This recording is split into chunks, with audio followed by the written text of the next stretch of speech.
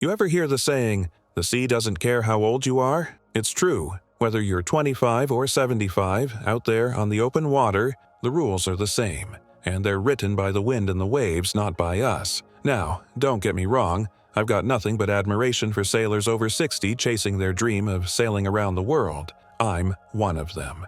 But I've also seen firsthand how a few small oversights can turn a beautiful voyage into a nightmare. It's not about being afraid. It's about being ready. Being older doesn't mean you can't do it, but it does mean you need to be a bit smarter, a bit more prepared, and a whole lot more honest with yourself. In this video, I'm walking you through 10 fatal mistakes sailors over 60 often make when they head off on that big circumnavigation. Some of these might surprise you, some might hit close to home, but all of them are worth thinking about before you cast off those dock lines for good. Grab a drink, settle in, and let's talk sailor to sailor. This might just be the most important checklist you hear this year. Look, I get it. None of us want to sit in a sterile office talking to someone half our age about blood pressure and cholesterol when we could be out on the water. But skipping regular health checkups can be a silent killer out there. I've known folks who ignored little warning signs: fatigue, shortness of breath, dizziness, and shrugged it off as just getting older.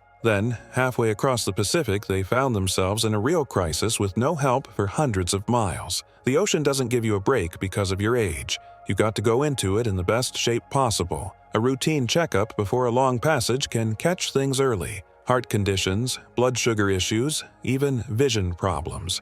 And while you're at it, get those prescriptions sorted, make a med list, and keep a stocked medical kit aboard. Trust me, your future self out on a rollicking night watch will thank you. You wouldn't set sail with a cracked mast or frayed lines, right? Your body's your most important piece of gear. Treat it like it. Get the checkups, do the tests, and don't let pride be your downfall. We all want to believe we're still 35 at heart, and in some ways we are. But the truth is, sailing full-time around the world takes a toll, physically, mentally, emotionally. I've seen seasoned sailors over 60 push themselves way past their limits, thinking they could handle 20-hour solo watches, wrestle heavy sails in bad weather, or skip rest days to make more miles. It's admirable, but it can also be a recipe for disaster. The older we get, the more we need to respect our limits and adapt our routines. That doesn't mean you stop being adventurous. It means you get smarter about how you do it. Maybe you shorten your passages, plan more rest stops, or invest in systems that reduce physical strain. Take breaks before your body forces you to. Fatigue doesn't just make you tired, it clouds your judgment, slows your reflexes, and invites mistakes. I've made a few myself, and every single one started with pushing too hard for too long. This isn't about slowing down, it's about pacing yourself for the long haul. Because if you burn out halfway across the Indian Ocean, it's not just inconvenient, it can be fatal. Sail smart, not just fast. I can't count how many times I've heard, "I've been sailing for 40 years without all that fancy stuff. Why start now?" And hey, I get the sentiment. There's a comfort in doing things the way you always have. But technology has come a long way, and it's not about making sailing lazy, it's about making it safer and more efficient, especially for those of us with a few more nautical miles behind us than ahead. Chart plotters, AIS, satellite communications, weather routing apps, these tools can be lifesavers,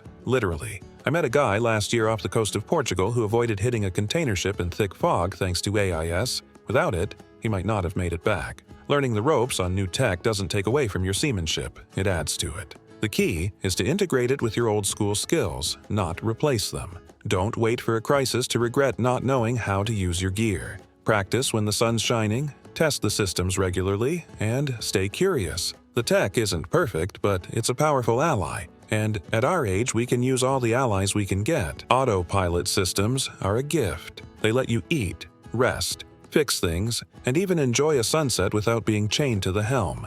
But they're not infallible, and too many sailors treat them like a crew member that never sleeps or makes mistakes. I've seen people get lulled into a false sense of security, relying on their autopilot to steer them through tight channels, stormy weather, or busy shipping lanes. And it's a disaster waiting to happen. Autopilots can fail without warning. They can glitch, lose calibration, or just flat out stop working when you need them most. And if you've gone too long without hand steering, your skills might be a little rusty. I always recommend hand steering at least a little every day. It keeps your instincts sharp and helps you stay connected to your boat. Also, don't forget to monitor your course even when autopilot is on. I once woke up to find I'd been veering several degrees off course for hours because of a loose connection. It could have been much worse. So, enjoy the freedom it gives you, but don't let it become a crutch. Stay involved, stay alert, and be ready to take the wheel at any moment. It's amazing how many boats I've seen with flares older than their grandkids and life jackets that haven't been inspected in years.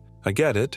Buying new safety gear isn't as exciting as a new sail or a fancy solar upgrade. But when things go wrong out there, your safety gear is all you've got between you and real trouble. Life jackets, PERBs, fire extinguishers, harnesses, MOB equipment, it all needs to be current, inspected, and ready to go. I had a buddy who found out his life raft was moldy and half deflated only after he needed it. That's not a wake-up call you want to get in open water. Replace expired items, check for corrosion, test systems regularly, and make sure your crew, if you have any, knows how to use everything. Also, make peace with spending a bit of money here. It's insurance you hope you never need. But if the worst happens, it could be the reason you live to tell the tale. As we age, the margin for error gets smaller, so we need to make up for it by being that much more prepared. Don't gamble with your life to save a few bucks. Keep your safety gear sharp. It might just save you. I've seen it too many times. Someone retires, gets that glint in their eye, and drops their savings on a dreamboat, only to realize a year later it's completely wrong for them.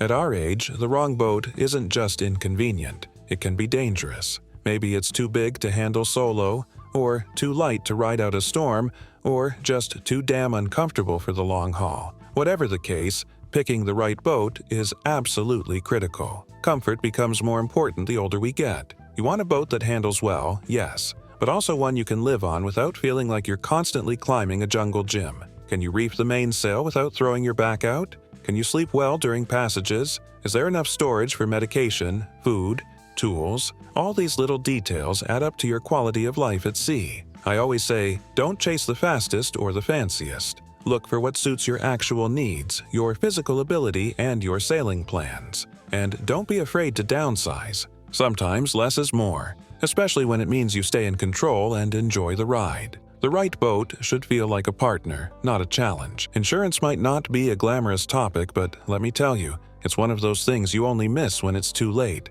I've met sailors who lost their boat in a storm or ran aground in some remote place and had no coverage to speak of. One fellow had to abandon his boat in Fiji because he couldn't afford to salvage it. That's a hard pill to swallow, especially after building your dream. When you're over 60 and planning to sail around the world, having proper insurance is not optional. It's protection for your vessel, your health, your liability, heck, even your emergency evacuation if something goes really wrong. And don't assume your standard policy covers everything. Read the fine print, talk to an agent who knows about blue water sailing, and make sure it covers international waters, remote medical rescue, and natural disasters. Also, have a plan for what happens if you can't finish the journey. Illness, injury, whatever. Life throws curveballs, and having insurance is like keeping a life raft for your wallet and your peace of mind. It's not about pessimism, it's about sailing smart. Because being prepared isn't fear, it's freedom. Weather's always a wild card, but poor timing can turn a manageable situation into a full-blown survival test, especially for older sailors. I've seen folks push off from port just before cyclone season, or sail headlong into a bad front because they were rushing to stay on schedule. That kind of thinking can cost you your boat, your health, or worse. The truth is, sailing around the world means respecting weather patterns, seasonal shifts, trade winds, monsoons, all of it. When you're over 60, getting caught in a big blow isn't just uncomfortable, it's risky. You don't bounce back from exhaustion or injury like you used to. That's why smart routing and conservative timing become your best defense. Take time to study seasonal weather guides. Use forecasting tools and services. Talk to local sailors and cruising nets. And for heaven's sake, don't let your pride or your calendar override your gut. I've delayed departure by weeks just to avoid rough patches, and it's always been worth it, because out there, when it hits the fan,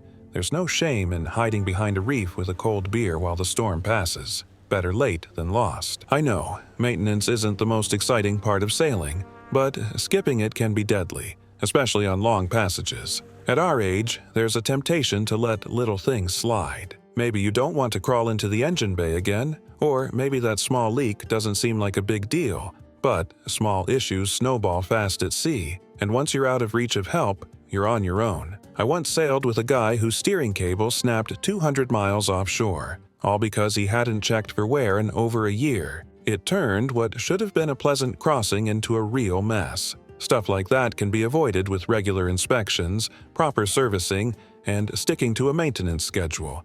And don't wait until something breaks to learn how it works. Know your systems: electrical, plumbing, rigging, engine. The older we get, the harder it is to improvise under pressure, so we've got to be ahead of the curve. If you can't physically do all the work anymore, find trusted pros and double-check their work. Because when it comes to sailing safely, your boat's condition is as important as your own. There's a quiet romance to solo sailing: the solitude, the freedom, the connection with the sea. I've done plenty of solo miles myself, but doing it too much, especially as we get older, can be one of the riskiest choices out there. I'm not saying give it up, but you gotta recognize the dangers and weigh them honestly. When you're solo, there's no backup. If you fall, get injured, or even just get sick, it's all on you.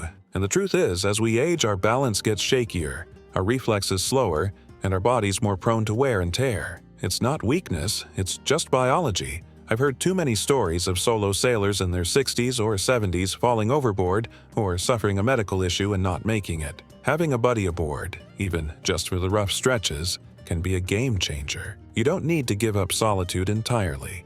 Just be strategic. Join rallies, buddy boat with others, or invite friends to crew from time to time. It makes the journey safer and, honestly, a lot more fun. Sailing is about freedom, yes, but it's also about making it home to tell the stories. Don't forget that part. All right, that's the list. 10 mistakes that can turn a dream voyage into a nightmare if we're not careful. Sailing after 60 is absolutely doable, and it can be incredible. But you've got to sail smart, stay honest with yourself, and always keep safety front and center. Take care of your health, know your limits, and prep like your life depends on it. Because sometimes, it really does. Thanks for being here. Fair winds, stay safe, and I'll catch you out on the water.